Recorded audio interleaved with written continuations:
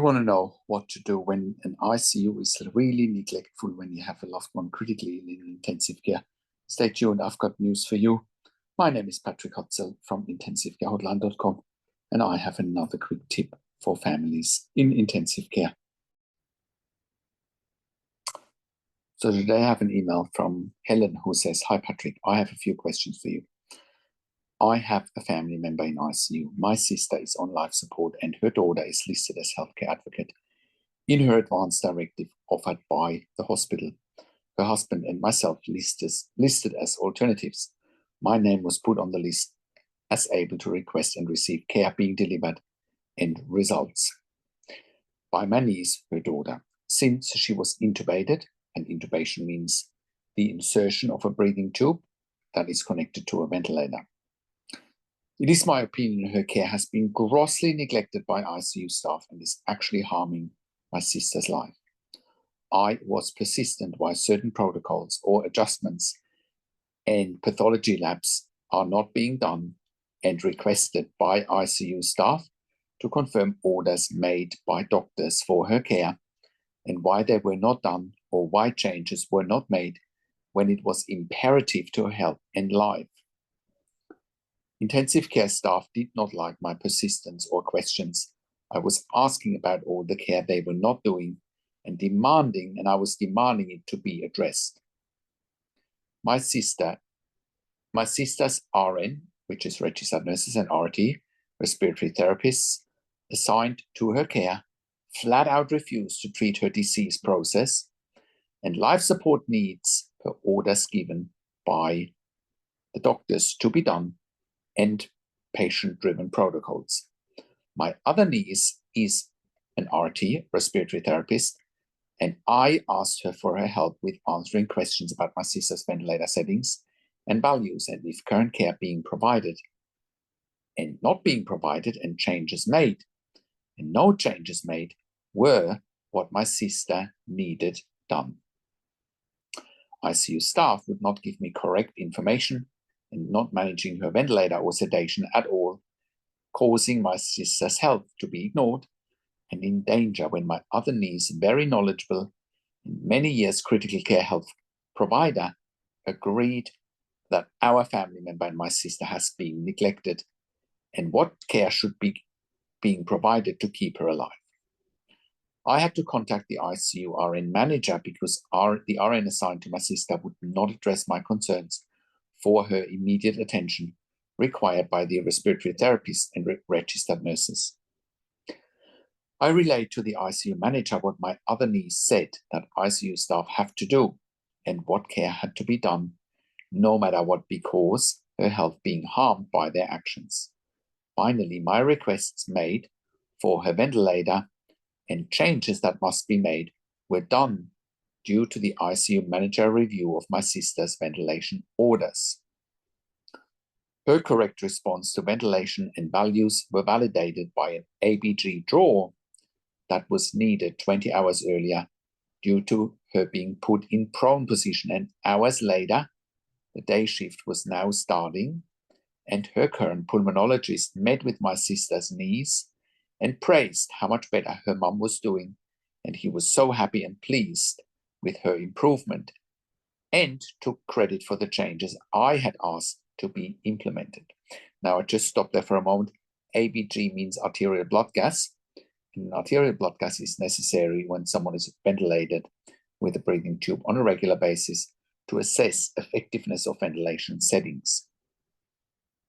Then, hours later, the day shift nursing manager and doctor requested a meeting with my sister's daughter, who had power of attorney to make decisions for her care, whilst my sister was still unconscious and sedated and on life support, and told her that too many family members were asking questions, and this is causing staff to miss things and the patient's needs, and then have to backtrack, and they only want to provide her medical care records or information with her and answer her questions only from now on, and will not be providing any more health information for my sister to me, or take my questions and had me removed from the list in ICU showing they could take my calls and questions, and my niece said okay and agreed with their demand and told them she was really happy with their care and ICU staff and what a great job she thinks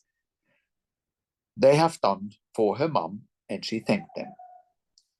My sister's improvement wasn't due to their intervention, it was because they did what I asked them to change to the ventilator settings and maintain sedation based on info I relayed to my other niece, who had been a respiratory therapist for 25 years. I didn't know any of this had taken place to remove me from the next of kin and advocate list, so the RN assigned to my sister for their shift was allowed to provide my sister's health and medical information to me until I called ICU to get an update and told they had a meeting, and the doctor and the RN made orders that they would not be giving me any more information and I'm no longer on the patient list. They will only be speaking with my sister's daughter from now on, and I have to talk to her. My sister's daughter has no knowledge about critical healthcare at all, lives hours away, and has no idea what is going on, and her mum has suffered patient care, neglect, and harm. She believes the doctor has done a good job. It was my effort that made them do their job, and my sister appeared to be doing better for that one moment in 10 days at their ICU, and literally the other 9 days my sister has been a victim of their failure to deliver appropriate medical treatment and life support to breathe properly. She has been literally suffocated and starved for ventilation and oxygen. I have been writing down all her ventilator settings and values every day, and change or no change, and ABG, arterial blood gas, and pathology work and vital signs. I went over them with my niece, who's the respiratory therapist. My niece started crying. She said she has an obligation to make a report for patient abuse. We are lucky our family member is not dead, and we need to request to have her transferred out of their ICU as soon as possible. She's not safe. What do you recommend? My other niece has power of attorney. Do I call the ombudsman and request help? It is so bad that my niece, who's a respiratory therapist, said she has never seen anything that bad ever in 26 years as a respiratory therapist for someone on a ventilator ever. They are literally suffocating my sister. She is in ARDS. Now, I stop here for a moment. ARDS stands for acute respiratory distress syndrome, and it basically stands for lung failure. Carrying on with the email, but she's stable enough to be transferred in a critical care ambulance to another hospital. Because I know her care is not safe where she is right now, how do I get my niece, who is power of attorney, to see for herself or request ventilation and values from intubation recorded so she can see for herself?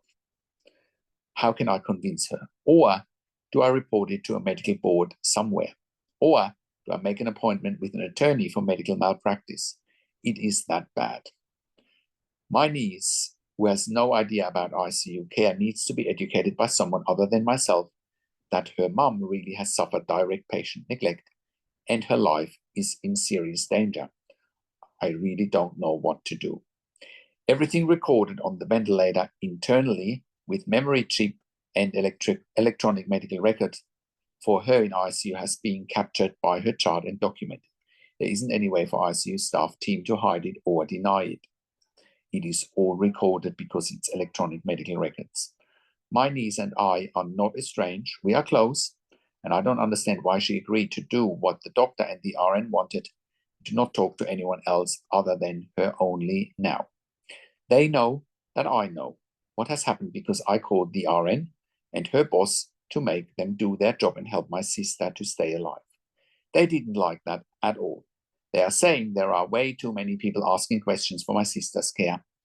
ICU staff know my niece, who's a respiratory therapist, used to work at their campus for 12 years.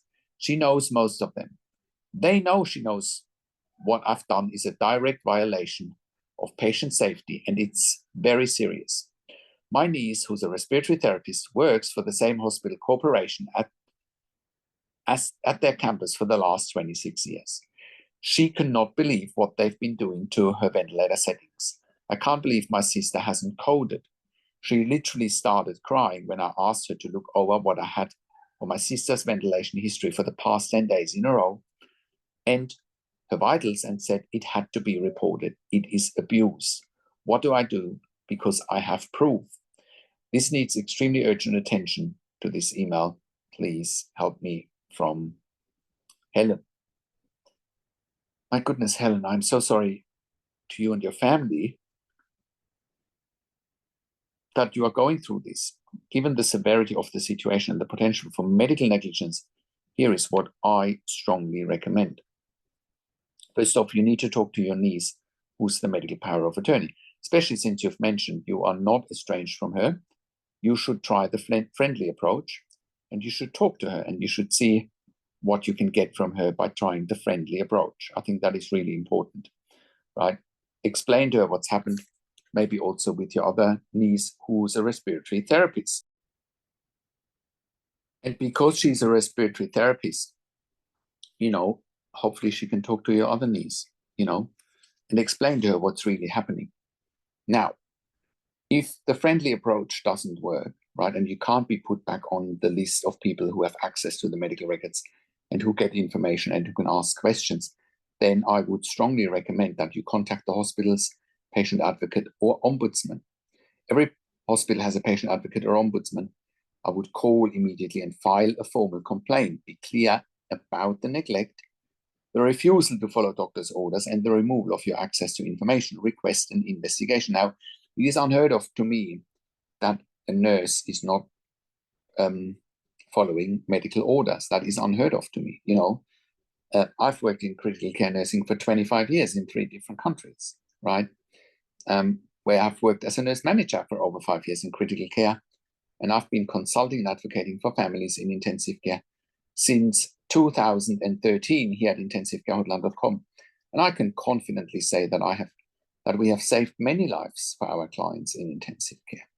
And you can verify that on our testimonial section at intensivecarehotline.com and on our intensivecarehotline.com podcast section, where we've done many client interviews. So who will verify that we've saved many of their lives. So, you can definitely contact the hospital's advocate or ombudsman, but you should also get me as an advocate, because like I said, we have turned many situations around, many, and it's all evidence on our testimonial section and on our intensivecarehotline.com podcast section. Now, next, you need to escalate this to hospital administration. Request a meeting with the hospital's chief medical officer, chief nursing officer, and even the general manager or the hospital CEO. Outline the issues and demand immediate intervention. And I would start with sending an email to them, and I can help you, and my team can help you how to write this email. We've written so many complaint emails over the years with our consulting advocacy with very good outcomes. We know how to write those emails to get outcomes. Next, since your sister is in ARDS or lung failure, but stable enough for a transfer, her daughter, as the power of attorney, must demand an immediate transfer to another hospital with a higher standard of care. Your niece, the RT, the respiratory therapist, can also help explain why this is medically necessary. And myself and my team can also explain why this is medically necessary. You've got plenty of resources at hand. Next, you must report to the state health department and medical board. You've got to file an official complaint with your state's Department of Health and Medical Licensing Board, but also with the Nursing Registration Board. Provide detailed documentation of what has happened. Include the dates, names, and specific failures in your sister's care. Next, I would also involve an attorney immediately. Given the life-threatening neglect and potential malpractice, contact the medical malpractice attorney ASAP. They can file an emergency injunction to ensure proper care or even assist with a rapid hospital transfer, right? Next, get your niece, who's the power of attorney, informed and involved. Since she doesn't understand the medical urgency, have your RT niece sit down with her and show her the documentation. Explain that her mother's life is at risk right now and that action is needed immediately. And given that you've got information, we can also help you with the explanation for your niece, as an independent opinion, as a third party. That is what we do. Next, demand access to medical records and ventilator logs. The hospital is legally required to provide full medical records, including ventilator logs. The power of attorney must request all records immediately, verbally and in writing, and do that with a deadline. Right? What do they have to hide? Next move. If the hospital refuses to act, you can call the emergency line, and I know you're in the US, so call 911 and request an emergency transfer to another facility. If your sister's condition worsens, document everything and ensure legal action to follow. This is a life or death situation, and you need to push aggressively for your sister's safety. Do not let them silence you. If they refuse, escalate immediately to legal and state authorities. Let me know if you need specific contact info for state agencies. I can help you to find those details, but like I said to you, it will also help if you and I and your niece talk, and if you, I, and your nieces, both nieces, talk to the doctors and nurses directly. It'll be a game changer, because our advice is absolutely life-changing. Like I said, I have worked in critical care nursing for 25 years in 3 different countries, where I worked as a nurse manager for over 5 years. And I've been consulting and advocating for families in intensive care since 2013, where I've been consulting and advocating for families in intensive care since 2013. Like I said, I can confidently, very confidently say, we have saved many lives with our consulting and advocacy, and you can verify that on our testimonial section at intensivecarehotline.com, and you can also verify it on our intensivecarehotline.com podcast section, where we have done client interviews and they will verify everything that I'm saying here. And like I said, our advice is life-changing, and you can join a growing number of members and clients that we have helped over the years to improve their lives instantly by making informed decisions, have peace of mind, control, power, influence, making sure their loved ones get best care and treatment always. And that's why I do one-on-one consulting and advocacy over the phone, Zoom, Skype, WhatsApp, whichever medium works best for you. And I talk to you and your families directly. I handhold you through this once-in-a-lifetime situation that you simply cannot afford to get wrong. And today's example is illustrating that perfectly. You cannot afford to get these situations wrong. Your family members' lives are at stake, right? And that's also why I talk to doctors and nurses directly. And when I talk to doctors and nurses directly, I ask all the questions that you haven't even considered asking, but must be asked when you have a loved one critically ill in intensive care. And that's when you see the dynamics will change in your favor, when they know you have someone on your team who is a professional advocate who understands intensive care inside out. I also represent you in family meetings with intensive care teams. We also do medical record reviews in real time so that you can get a second opinion in real time. We also do medical record reviews after intensive care if you have unanswered questions, if you need closure, or if you are suspecting medical negligence. We also have a membership for families of critically ill patients in intensive care, and you can become a member if you go to intensivecarehotline.com, if you click on the membership link, or if you go to intensivecaresupport.org directly. In the membership, you have access to me and my team 24 hours a day in the membership area and via email, and we answer all questions intensive care related. In the membership, you also have exclusive access to 21 ebooks and 21 videos that I've personally written and recorded. And all of that will help you to make informed decisions, have peace of mind, control, power, and influence, making sure your loved one gets best care and treatment always. And all of that you get at intensivecarehotline.com. Call us on one of the numbers on the top of our website, or simply send us an email to support@intensivecarehotline.com with your questions. And if you like my videos, subscribe to my YouTube channel for regular updates for families in intensive care. Click the like button, click the notification bell. Comment below what you want to see next, what questions and insights you have from this video. I also do a weekly YouTube live where I answer your questions live on a show. And you will get notification for the YouTube live if you are a subscriber to my YouTube channel, or if you are a subscriber to my intensivecarehotline.com email newsletter at intensivecarehotline.com. Thank you so much for watching. This is Patrick Hutzel from intensivecarehotline.com, and I will talk to you in a few days. Take care for now.